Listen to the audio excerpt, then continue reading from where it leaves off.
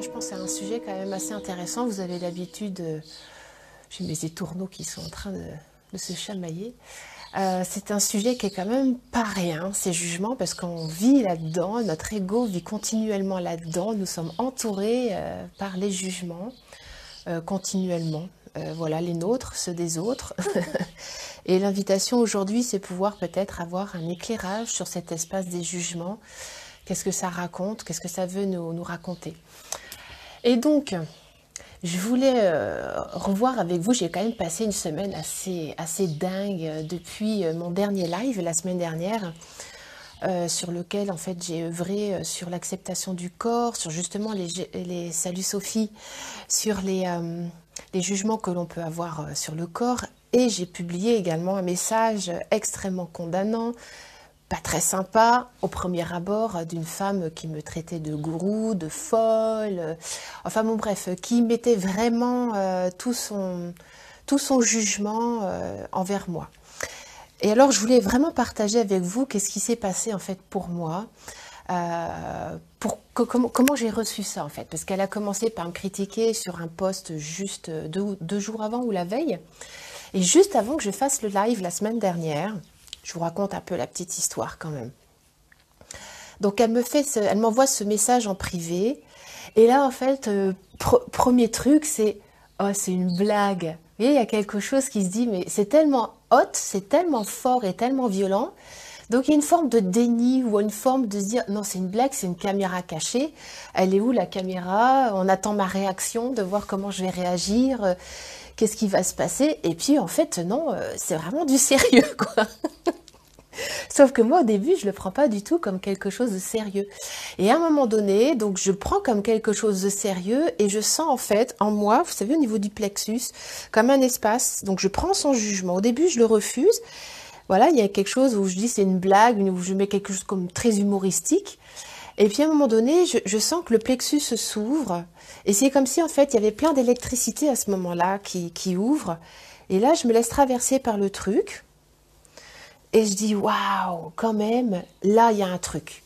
Là il y a un truc, je me suis dit c'est incroyable, mon être infini là il est en train de me tester, de savoir comment est-ce que je vais réagir à ce que l'on pourrait qualifier de méchant. Parce que pour le coup, j'ai pas nommé la personne parce que je voyais pas du tout l'intérêt en fait. Je m'en fous d'elle en fait, de la personne, je m'en fous. Par contre, de ce que ça a venu réveiller chez moi, ce jugement-là, donc les mots qu'elle a utilisés, waouh, ça a été super fort. Donc j'ai partagé en fait le post sans nommer la personne parce que je vois pas l'intérêt, peu importe la personne. Et de voir un petit peu comment on y va tous avec vraiment toutes nos projections, tous nos jugements personnels, nos condamnations. Et ça a été pour moi vraiment une expérience assez extraordinaire parce qu'en fait, fut un temps, je me serais fermée. J'aurais eu du mal, en fait, vous voyez, c'est comme si j'avais pris un uppercut. Vous voyez, quand vous prenez un uppercut, ben, quand on n'est pas suffisamment ancré dans sa puissance, quand on n'est pas suffisamment aligné, eh bien, on peut tomber et finalement croire vrai, on pourrait croire vrai ce que l'autre est en train de raconter. C'est-à-dire qu'on autorise l'énergie d'abus à nous rencontrer à ce moment-là. Et en fait, ce qui s'est passé, c'est là où je trouve que je la remercie, mais infiniment, parce qu'elle m'a permis de percevoir en moi, à ce moment-là, que ce jugement-là, cette méchanceté devenait comme un boost, en fait. Ça a été pour moi l'occasion de me rendre compte qu'en fait, eh bien, je me suis appuyée dessus pour donner une création, voilà. Et donc du coup, j'ai créé à partir de ça.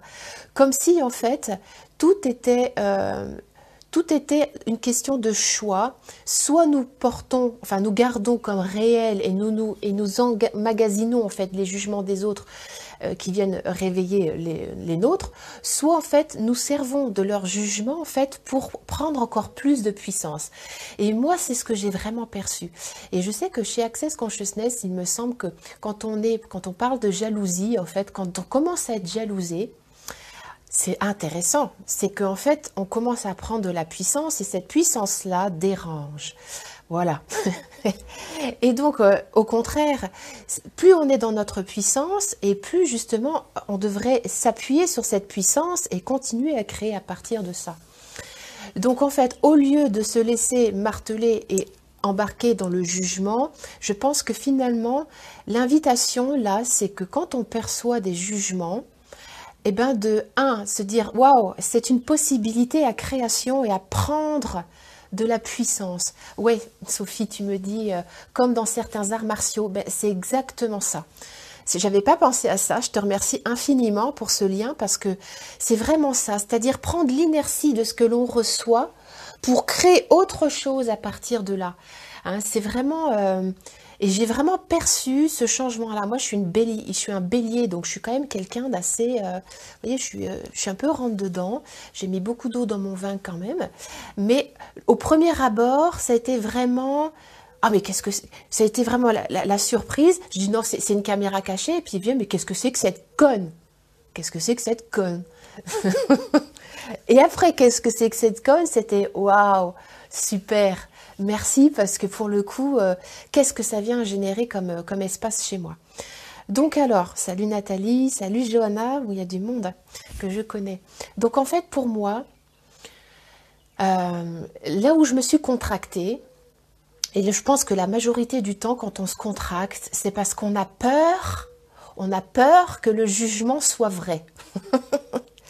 Par exemple, moi je rencontre plein de gens, plein de thérapeutes qui œuvrent dans leur petit coin, voilà, qui font des petits trucs dans leur petit coin, mais qui ont peur de faire des vidéos, qui ont peur de pouvoir être vus, de pouvoir être à nu et de livrer leur parfum parce qu'ils ont peur d'être jugés.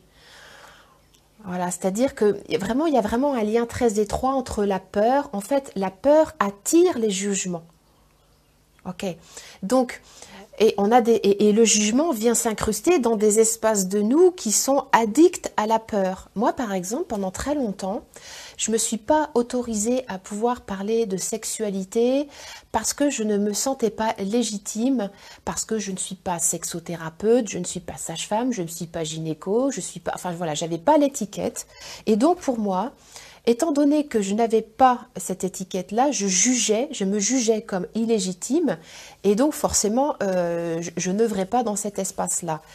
Et un jour, en fait, eh ben, ça a changé. Je me suis dit, mais mince, où est-ce que c'est marqué qu'il faut que pour pouvoir partager sa conscience, eh ben, il fallait avoir des diplômes.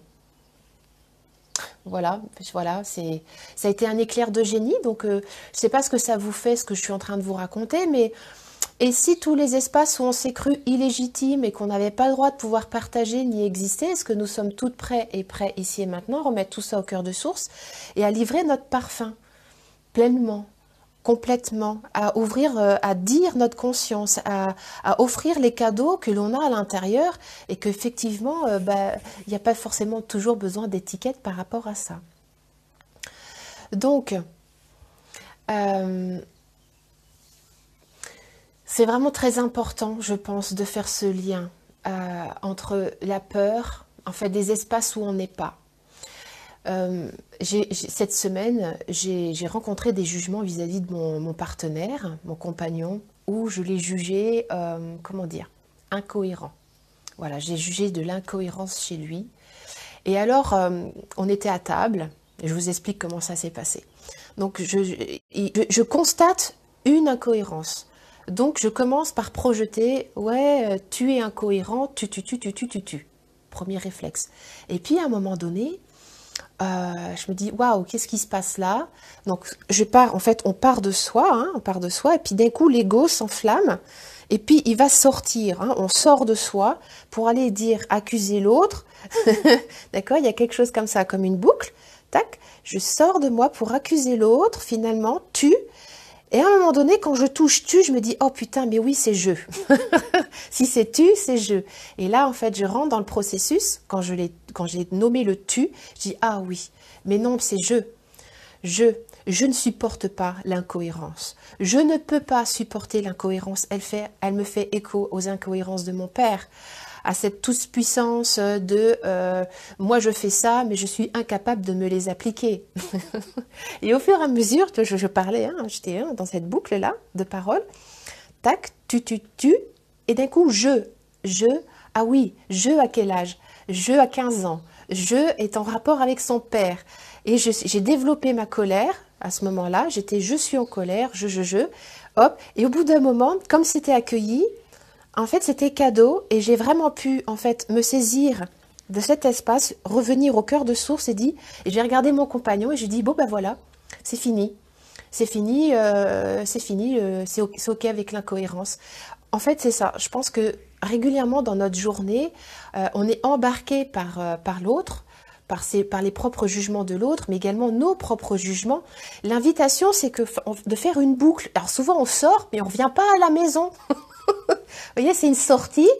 C'est tu, alors on va condamner, alors j'aime bien les mouvements, l'ego spirituel il est terrible parce qu'il va juger ceux qui mangent de la viande, tiens ceux-là ils mangent de la viande, tiens celui-là, celle-là, tiens alors les mamans elles vont juger comment l'autre elle élève son enfant, voilà, donc on est tout le temps en train de se laisser déborder dans tous les secteurs de notre vie, hein, que ce soit en couple, avec nos enfants, avec les mères que l'on rencontre, voilà, moi j'ai jugé il n'y a pas très longtemps une mère à la crèche parce qu'elle enfin, je provoque quelque chose chez elle où je sens tout son truc porc épic et en fait je dis oh mais merde alors elle m'aime pas et puis ça réveille chez moi une espèce d'agressivité et l'invitation c'est de constater ça mais c'est de venir en fait récupérer cet espace de soi où on n'est pas. Voilà, c'est de mettre cette présence point de vue intéressant ou pourquoi pas que je me laisse ou que nous nous laissions détester. Voilà. Et si nous choisissions de nous laisser détester, à quoi ressembleraient nos vies? Est-ce que c'est vraiment si important que ça, d'être aimé par tout le monde, d'être compris par tout le monde? Moi, pendant très longtemps, j'étais en lésion quand on me comprenait pas, mais en fait, parce que voilà, il y avait une espèce de déversement, comme si je détenais la science infuse, la connaissance infinie, ou je sais pas trop quoi. Et donc, pour le coup, quand on me comprenait pas ou quand on ne me suivait pas, ça me foutait en colère, etc., etc. Aujourd'hui, bah, ça va beaucoup mieux. J'ai progressé un peu quand même. Bon, il y a du chemin encore à faire, hein, faut pas croire. Hein, c'est pas parce que je parle comme ça de conscience que c'est easy avec les frisettes. Hein, c'est faux. Je suis voilà. La différence avec avant, c'est qu'en fait, je suis vraiment dans la boucle. C'est-à-dire qu'il y a toujours une part de moi qui est dans cette vigilance amoureuse de voir. En fait, c'est comme si comment dire. Et si nous choisissions finalement de regarder cette part de nous, ce petit enfant qui s'en va dans la conquête du tu, de lui dire oui mais c'est je, et en fait de le ramener en fait avec bienveillance au cœur de source dans cet alignement pour qu'on puisse remplir et apaiser cet espace où nous n'y étions pas. Et c'est vraiment ça. Je ne sais pas ce que ça vous fait tout ça, mais dès que je vois que je juge, ou dès qu'une personne juge, je me dis, mais merde, ces jugements, en fait, ce sont des cadeaux. On juge, mais oui, et c'est pour ça que j'ai mis le mot antidote, c'est parce qu'en fait, ce sont des cadeaux de conscience. C'est-à-dire qu'on a le choix. C'est soit on reste séparé du jugement et on condamne l'ego. On pourrait condamner l'ego, hein, mais en fait, dès qu'on condamne l'ego, on est déjà dans le jugement de l'ego. Vous voyez, c'est un peu un truc permissif où c'est le chat qui se mord la queue. Ou alors on accepte effectivement que l'ego, le jugement fait partie du jeu. Enfin, ça fait partie. Si vraiment il y avait vraiment eu besoin de dissoudre tout ça, je veux dire, on serait plus que des êtres complètement désincarnés. Mais on vit dans un monde complètement dualiste dans lequel l'ego et les jugements font partie du jeu. Et ben on a le choix, c'est soit on s'amuse justement à regarder qu'est-ce que ça vient raconter de nous, soit on se laisse totalement embarquer. Hein. Quand je dis tout à l'heure la boucle, en fait, c'est je vais accuser l'autre de me rendre malheureux, donc je sors de moi, je sors de mon espace. En général, ça part d'un espace où déjà j'ai pas de conscience, donc en fait, je suis pas là, je suis pas dans cet espace-là. Donc en fait, ça sort, je juge, mais finalement, l'invitation, c'est ça, c'est à double tranchant. Et finalement, à qui ça appartient? À quel espace ça appartient? Quel âge a cet espace? Est-ce que c'est à moi? Ou est-ce que ça m'a été légué par quelqu'un? Est-ce que, parce qu'on reçoit et on perçoit des jugements quelquefois qui sont même pas à nous. Je ne sais pas si vous n'avez pas déjà rencontré des gens. Moi, j'ai fait l'expérience, en fait, quand je reçois à mon atelier, les gens, quelquefois, je me rends compte que je vais avoir quelquefois des jugements. Mais en fait, je me rends compte que les jugements que je perçois, ce ne sont pas les miens. C'est-à-dire que je perçois les jugements que cette personne a d'elle-même. On est des gens, enfin des personnes, des êtres On est bien d'accord, hein, on perçoit des choses, on a des perceptions au-delà de nos sens physiques, hein, on a des pensées, et d'ailleurs, qui c'est qui pense? Voilà, qui c'est qui exprime, qui c'est qui perçoit à l'intérieur de nous? Et quelquefois, je pense qu'on a des perceptions qui ne viennent pas de nous, qui ne sont pas directement attachées. D'ailleurs, je pense qu'il n'y en a aucune qui parte vraiment de l'être infini, parce que l'être infini ne juge pas. Il est pure conscience et il accepte tout. Il accepte absolument tout pour lui. L'être infini, il s'en fout totalement, hein, qu'on se sente escroc, illégitime, ou qu'on juge l'abus, qu'on juge les vols, la jalousie. Tu sais, il s'en contrebalance, l'être infini. En fait, c'est ça. C'est-à-dire qu'à ce moment-là, quand je rencontre quelqu'un, quelquefois, je perçois tout simplement les formes pensées de jugement. Et en fait, elles sont tellement grosses que moi, comme je les perçois, je pourrais m'imaginer que c'est moi qui pense ça. Et si à chaque fois qu'on perçoit quelque chose de l'autre, on pouvait juste dire, ben, en fait, c'est une perception qui ne m'appartient pas. Voilà. Et donc, de libérer l'autre de notre propre projection, en fait. Vous voyez ce que je veux dire? Ça serait comme un aller-retour, comme un ping-pong dans lequel on ne pourrait pas sortir. Hein, il y a quelque chose de comme ça. Et comme si je pouvais croire que toutes mes perceptions, en fait, sont vraies. Je veux dire, sont vraies et m'appartiennent. Alors, pour ma part, ce qui a beaucoup changé ma réalité, c'est-à-dire que je pars du principe que mes perceptions appartiennent souvent au passé. C'est-à-dire que mes perceptions, mon corps, mon énergie, on est dû au passé par rapport à un éprouvé, à comment je me suis construite. C'est vraiment ça. Et en fait, très souvent, on va vraiment confusionner l'espace du passé, la perception et le jugement. Et il y a vraiment une confusion en fait là-dedans où on a l'impression que finalement ce que je perçois, c'est vrai. Et comme c'est vrai, je juge et donc je ferme. Je ne sais pas si ça vous parle tout ça. Donc vraiment d'être dans cette vigilance amoureuse avec soi-même, que chaque perception se dire, ok, je perçois ça.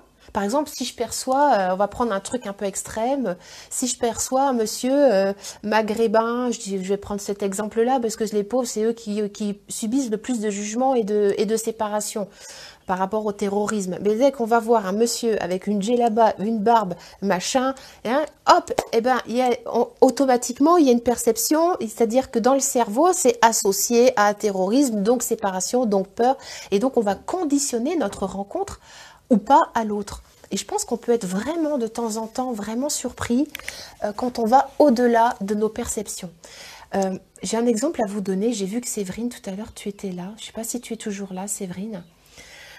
Sève, quand j'ai rencontré Séverine, je l'ai rencontrée, je ne sais plus comment, j'ai été rencontrée, je ne sais plus, j'ai pris un cours de yoga, je pense dans ton hameau là-bas au spa, bon, bref, peu importe. Et quand je l'ai vu, j'ai fait « Oh putain, c'est quoi ce truc ?» Et là, j'ai senti en moi, je dis « Oh là là, mon Dieu !» J'ai senti en fait tous mes jugements, toutes mes projections remonter en surface. Je la jugeais comme complètement barrée, à l'ouest, mais j'avais même pas encore fait sa connaissance. C'est-à-dire qu'en la percevant, en étant dans la perception de cette personne, voilà, je te fais cet aveu aujourd'hui. Tout de suite, il y a tout ça qui est remonté. Oh là là, encore une qui est complètement désancrée, qui est complètement à l'ouest, enfin voilà. Et en fait, je me suis dit, oh là là, à qui ça appartient? C'est qui juge? Quels sont tous ces points de vue que j'ai pu avoir là? Waouh! Et du coup, je me suis dit, ok, je dépasse ça et je vais aller à sa rencontre. Et finalement, on a échangé et il s'est avéré que c'est ok, quoi. C'est-à-dire que toutes les perceptions premières que j'avais, on dit toujours en fait, je ne sais pas si vous avez déjà entendu ça, qu'il faut toujours se fier à la première impression. Bah, honnêtement, très souvent, il y a du bon, mais il y a aussi beaucoup de boulets, quoi, hein, c'est-à-dire beaucoup de projections. Et donc, du coup, il faut vraiment, je pense, dépasser, comment dire, toutes ces perceptions, toutes ces projections pour vraiment essayer de voir l'envers du décor de qu'est-ce qui est en jeu quand on est dans un effet miroir. Et moi, Séverine, ça a été vraiment une belle rencontre parce que pour le coup, bah, elle m'a accompagnée, je l'ai accompagnée, c'est une très belle thérapeute. Voilà, c'est une femme qui ancre, en fait, qui ancre beaucoup dans la matière, qui elle pense, elle crée, hein, donc, et comme à l'époque, moi, j'en étais forcément pas là, donc je jugeais en fait quelque chose. Voilà, j'étais vraiment dans ce truc. Donc nous avons le choix, dès qu'on se perçoit du jugement envers une autre, ou de la jalousie, ou de l'envie. Je pense que tout ça, hein, quand on perçoit ça à l'intérieur de soi, ce sont des cadeaux que nous nous faisons. Et on a vraiment le choix. C'est soit, eh bien, on se laisse identifier à la jalousie et à donc la séparation, hein, le jugement, ça sépare, ça met à distance l'autre, soit on se dit, oh tiens, je jalouse telle personne, elle fait telle chose, oh là là, mais en fait cette jalousie, c'est un cadeau que je me fais pour me rappeler que effectivement j'ai une puissance intérieure que je n'ai pas encore récupérée. Voilà. Et par exemple, moi j'ai été très fascinée par Lilou Mas à un moment donné, ou Lilou Massé, je ne sais pas comment on dit ça, et je la voyais comme une personne assez extraordinaire, une aisance devant la caméra, les gens qu'elle rencontrait, j'étais fascinée, j'enviais beaucoup ce qu'elle faisait, et à un moment donné je me suis dit, mais pourquoi est-ce que j'ai besoin de voir cette femme dans un espace donc différent de moi, c'est-à-dire au-dessus, hein, parce que les jugements c'est aussi ça, ça peut être de la fascination, hein. Un petit avion. Ça peut être de la fascination. Un jugement, c'est pas non plus que négatif, hein. Un jugement, c'est un point de vue dans lequel, en fait, on va enfermer l'autre. Et deuxième avion. Voilà. Et donc, l'invitation, c'est que le jugement soit dans le down, c'est-à-dire qu'on le déprécie, c'est-à-dire qu'on l'écrase et qu'on le juge négatif ou qu'on juge quelqu'un de positif. Peu importe, l'invitation, c'est de toujours, en fait, ce choix de dire, en fait, si je vois Lilou Mas, ok, qu'est-ce qui la rend si différente de moi? Juste mes jugements. Juste, voilà. Et finalement, et si cette femme me permettait finalement de prendre appui sur des choses que je n'ose pas encore ouvrir en moi. Voilà.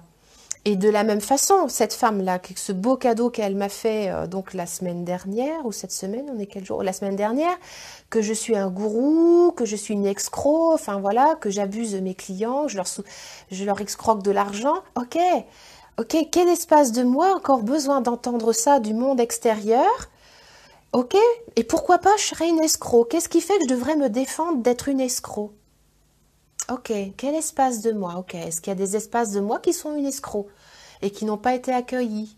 Voilà, de quoi est-ce que j'ai peur? Et puis finalement, ça peut remonter dans des mémoires, hein, pas forcément de cette vie-là, peut-être de cette vie-là aussi, hein, parce qu'en fait, on vit toujours dans cette vie-là tout ce que l'on vit dans d'autres vies. Enfin, c'est les conséquences, on est vraiment une conséquence ici et maintenant, hein, une conséquence de tout ce qui se passe sur d'autres dimensions. Donc c'est vraiment ça, c'est que dès que je juge quelque chose de négatif ou de positif, de toujours ramener au cœur de source, à la source de toute vie, là où tout commence et là où tout finit, pour dire mais quel est le cadeau de conscience qui est caché derrière ce jugement? Voilà. Alors je vais regarder un petit peu vos commentaires. À qui ça appartient? Ouais, tout ça. À qui ça appartient? La majorité du temps, en fait, notre système de pensée, en fait, c'est pas à nous, il nous appartient pas, il appartient aux pensées du passé, à nos parents. En général, on réagit par rapport à un formatage du passé qui appartenait à nos parents, à nos grands-parents, par rapport à un code sociétal.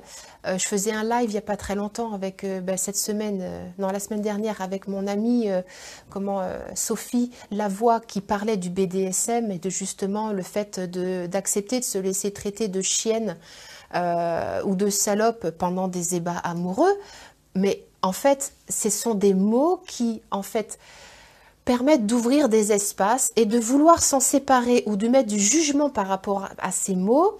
En fait, c'est comme si on leur donnait plus de puissance. Je sais pas, c'est comme si... Moi, j'ai été traitée de salope par mon père parce que je m'habillais en femme.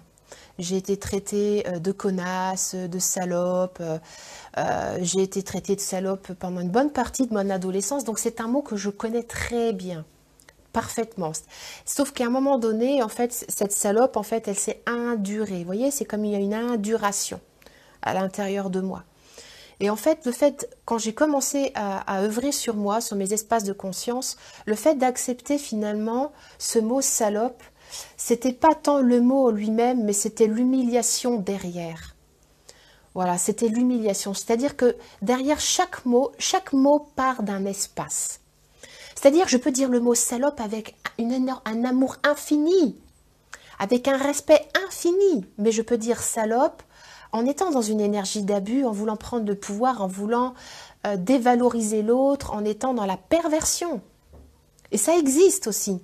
Alors, c'est vraiment très important de vraiment déloger quel est l'espace, quelle est l'énergie qui habite ce mot. Voilà, le mot salope ou chienne, ou pute. Voilà, tout ça, sale, pute. Voilà, tout ça, c'est des mots qui pourraient connoter d'une façon, on pourrait les juger comme forts, violents, ok? Parce qu'en fait, ils ont tellement été collés à de la dévalorisation, au fait de vraiment, à de l'humiliation. Moi, c'est ce que j'œuvre dans cet espace en ce moment sur l'humiliation. Je vous expliquerai peut-être plus tard. Mais en fait, voilà, c'est vraiment ça. Il y a vraiment cette puissance d'humiliation derrière. Et en fait, à force d'être humilié, il y a comme une couche, une carapace, en fait, autour de nous, une induration psychique qui se met en place. Hein, c'est comme un bouclier qui fait qu'à chaque fois qu'on va entendre ce mot, il y a un mouvement. On fait comme une espèce de... Vous savez, le hérisson, quoi. Le hérisson, il se met en boule. Ben, nous, c'est pareil. Dès qu'on entend ce mot, il y a quelque chose de nous qui se ferme. Alors, maintenant, c'est le train. Voilà. Pour ma part, pour pouvoir faire la paix avec ces mots-là, j'ai choisi de les entendre dire dans l'espace de mon amoureux, mais de choisir de me les entendre dire dans son amour à lui. Voilà. Et je pense que c'est tout ce qui fait la différence. C'est tout ce qui fait la différence. À partir du moment où on fait ce choix de se laisser dire ces mots-là, où finalement, effectivement, on peut être une salope. Et c'est quoi le problème? Peur d'être jugée, d'être une salope, mais ça fait partie du jeu. Je veux dire, au même titre d'être une mère, au même titre d'être une thérapeute ou d'être une amie, une sœur, une mère. Et pourquoi finalement la salope? Eh bien, elle aurait porte close. C'est marrant, porte close, comme si les salopes, en fait, il fallait qu'elles opèrent que dans des maisons closes. Eh bien, moi, aujourd'hui, j'ai envie vraiment que nous sortions de nos jugements de la salope, parce que la salope, elle a besoin de nous, quoi. Elle a besoin que nous retrouvions cet espace-là, que nous nous autorisions justement à retrouver un espace d'amour dans la salope. Alors oui, la salope, elle a été humiliée, oui. Nous portons toute l'humiliation. Je voudrais juste partager avec vous, j'ai vécu vendredi dernier, donc c'était la semaine dernière, tout a été très concentré. J'ai vécu ce qu'on appelle une coupe énergétique. Vous voyez, j'ai les cheveux qui sont un peu plus courts. Une coupe énergétique. Comment vous dire? Que moi, le cuir chevelu, l'espace du crâne, c'est juste un espace extrêmement sensible dans lequel j'ai beaucoup de choses. Voilà, enfin, je suis très sensible. Et j'ai vécu donc une coupe énergétique. Et en fait, quand elle a commencé à œuvrer donc avec le rasoir, le rasoir, donc c'est la lame, c'était très tranchant. Donc la coupe énergétique vient sur les mémoires des bulbes. Et comment vous dire qu'à ce moment-là, j'ai toutes les mémoires d'humiliation qui sont remontées en surface. Et toute l'énergie du jugement, enfin justement tout ce qui était dur, raide, par rapport à la traînée, par rapport à la salope, par rapport à toutes les humiliations que les femmes, j'avais l'impression en fait de ressentir et de percevoir toutes les humiliations des femmes. Et je peux vous assurer, mes sœurs, femmes intégrales, femmes divines, que waouh, là ça a été chaud les marrons, je me suis effondrée en pleurs, hein. Je ne pouvais plus tenir, c'était trop fort, j'ai pleuré tout ce que je pouvais, voilà, c'était peut-être mon espace, peut-être l'espace inconscient, j'en sais rien. J'ai accepté de me laisser traverser par ce flot énergétique.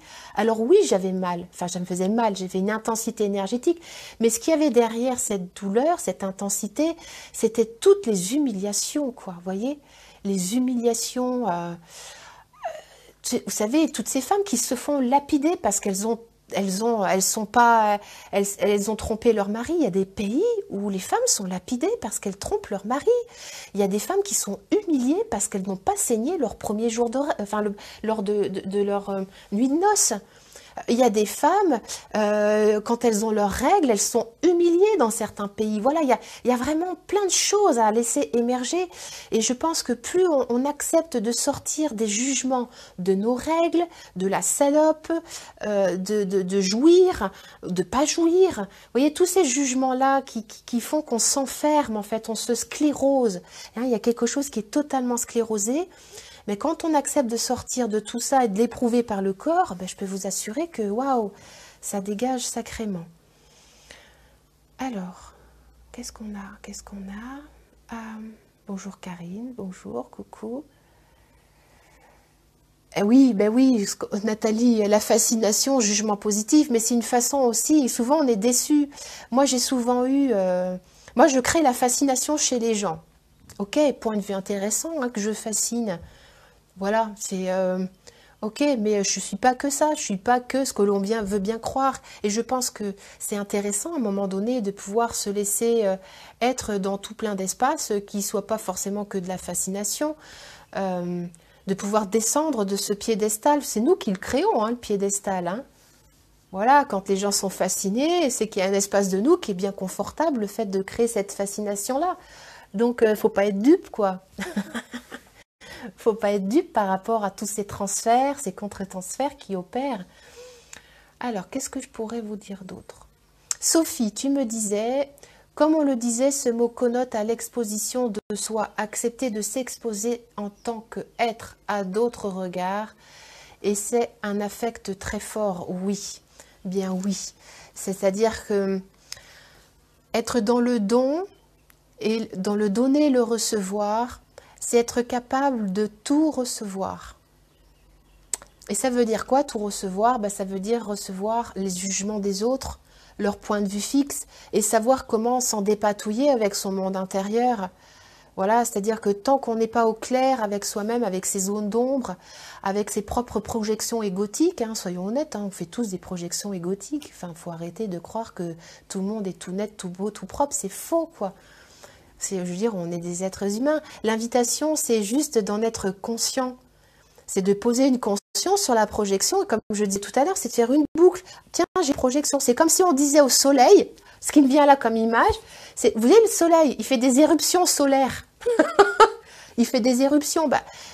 L'ego, il est dans le plexus solaire. C'est que le choix, c'est soit effectivement, je veux dire, la projection, elle part, mais elle revient.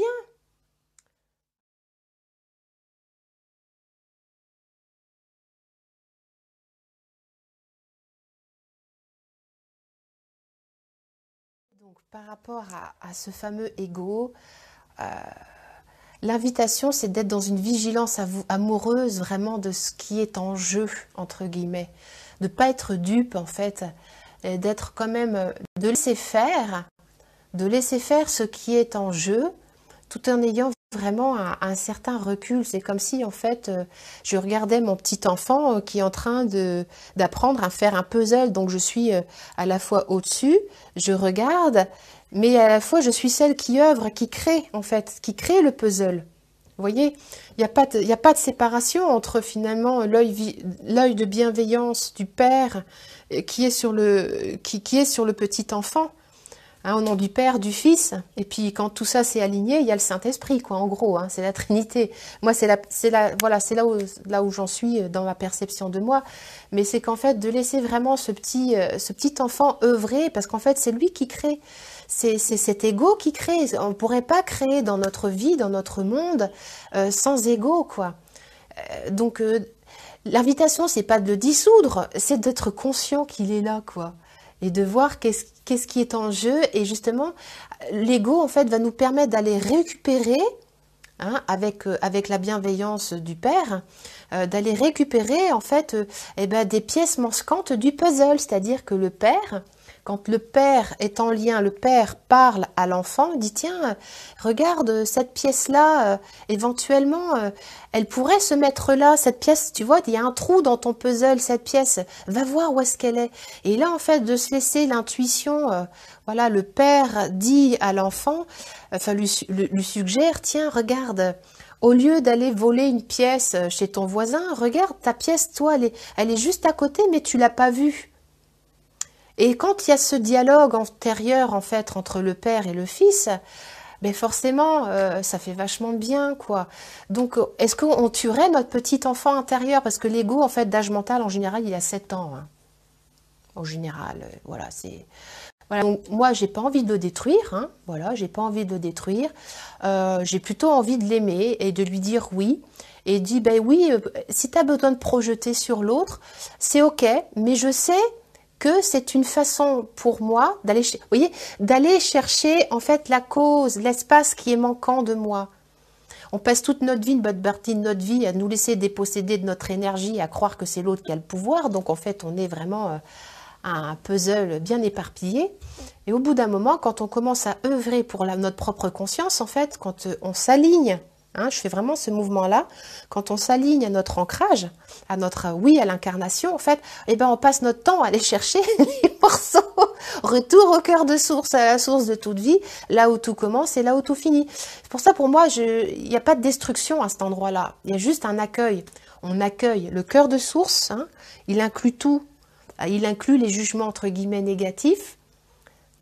Il y a des papillons qui sont en train de faire l'amour, j'adore. C'est beau, hein, c'est vraiment très joyeux.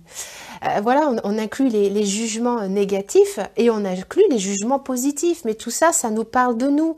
On ne peut voir dehors que ce que l'on est dedans. Donc vraiment, les jugements peuvent être du poison, c'est-à-dire continuer justement à nous identifier à des pièces manquantes qui seraient dehors, mais elles peuvent être également les jugements de l'antidote, c'est-à-dire de choisir de rapatrier nos morceaux. Voilà, je ne sais pas si j'ai été assez claire par rapport à tout ça. Qu'est-ce que je pourrais vous dire de plus ? Ce qui me vient là, c'est que plus en fait on est en opposition avec un jugement de l'autre, plus en fait ça veut dire qu'il y a un espace de nous qui a besoin d'être accueilli en fait. Et je vois vraiment ça, par exemple, quand on va me juger, me dire tiens tu es comme ci, tu es comme ça, et dès que je me mets en réaction, une réaction c'est une séparation face à un espace vide, à une protection. Hein, c'est ce que j'expliquais tout à l'heure. Donc je me mets en protection, je me pars face à l'agression, ce que je crois être une agression. Ouais, c'est normal. Moi, c'est ce que j'ai fait la semaine dernière. Je me suis dit, oh, tout de suite, enfin, d'abord j'ai rigolé, puis après, quand j'ai vu que c'était du sérieux, je me suis dit, oh, tiens, le garde du corps, le bodyguard. Mais ça répond à un mécanisme qui est archaïque chez nous. Hein. C'est archaïque, il y a un effet de protection. Mais c'est le fait de toujours ne pas être dupe. Et c'est de dire, tiens, cette protection, tiens, pourquoi je me sépare de la critique-là ? Pourquoi je mettrais une séparation entre cette critique et moi?